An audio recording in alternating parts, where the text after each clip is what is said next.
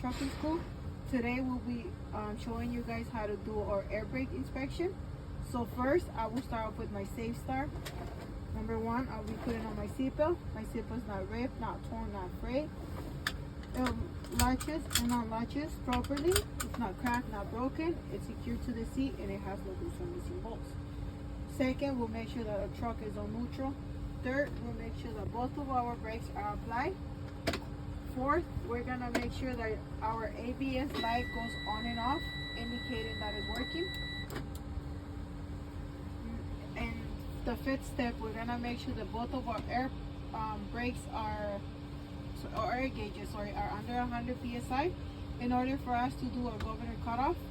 So my pressure right now it's under 100, so it's safe for me to start my governor cutoff. Okay, so I'll go ahead and turn on the truck. Always clutch in for safety. So then I'll release the clutch, and then right now I'll just sit here and wait for my pressure to maximize. There is two ways for us to know when the truck has cut off. You're gonna hear a sneeze. You guys will hear that the truck is gonna go shh.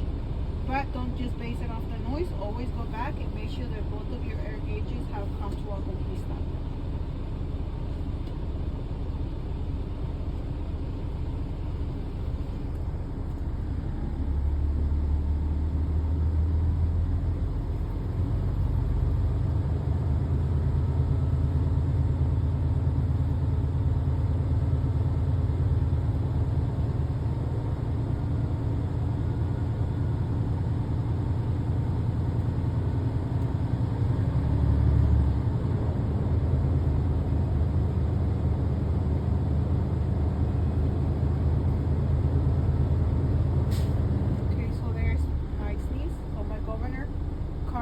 At 135 psi.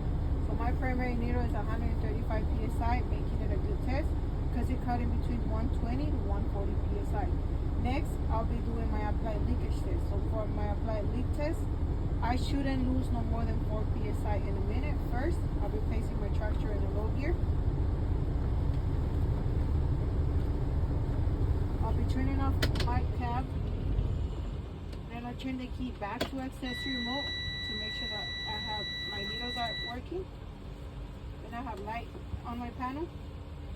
Third step, we're gonna release our parking and trailer brake. We'll wait for the needle to come to a complete stop. Once the needle has stopped completely, you're gonna step down on your service brake or your foot brake. So my needle stopped. Now I'll go ahead and step on my brake. I have to wait for my brake, for my needle to come to a complete stop for a second time. When my needle stops, I will go ahead and give a reading before conducting my 1 minute. So my primary needle is at 105 psi, and on this test, I cannot lose no more than 4 psi in a minute. So at the DMV, you guys will be responsible to set up the minute, time your own self. So bring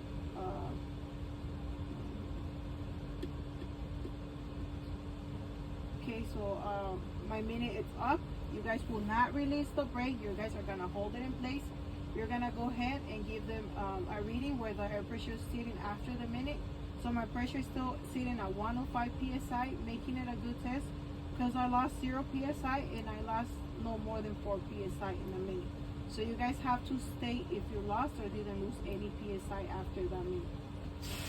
And remember, we cannot lose no more than 4.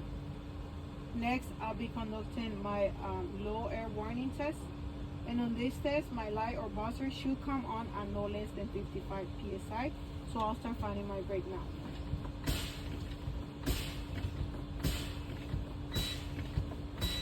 So my light and buzzer came on at 70 psi, making it a good test because they came on at no less than 55 psi.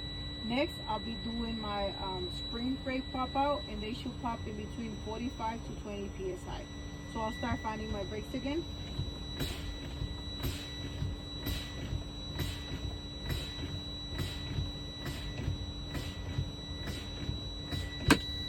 Okay, both of my brakes popped at 40 psi, making them a good test because they both pop in between 45 and 20 psi. And this will be your air brake inspections. Remember, we charge 4 of them. governor cutout, apply leakage test, low air warning test, and your spring brake pop out. And for these 4 steps, you want to get them 100% of the DMV in order for you to pass. It has to be 0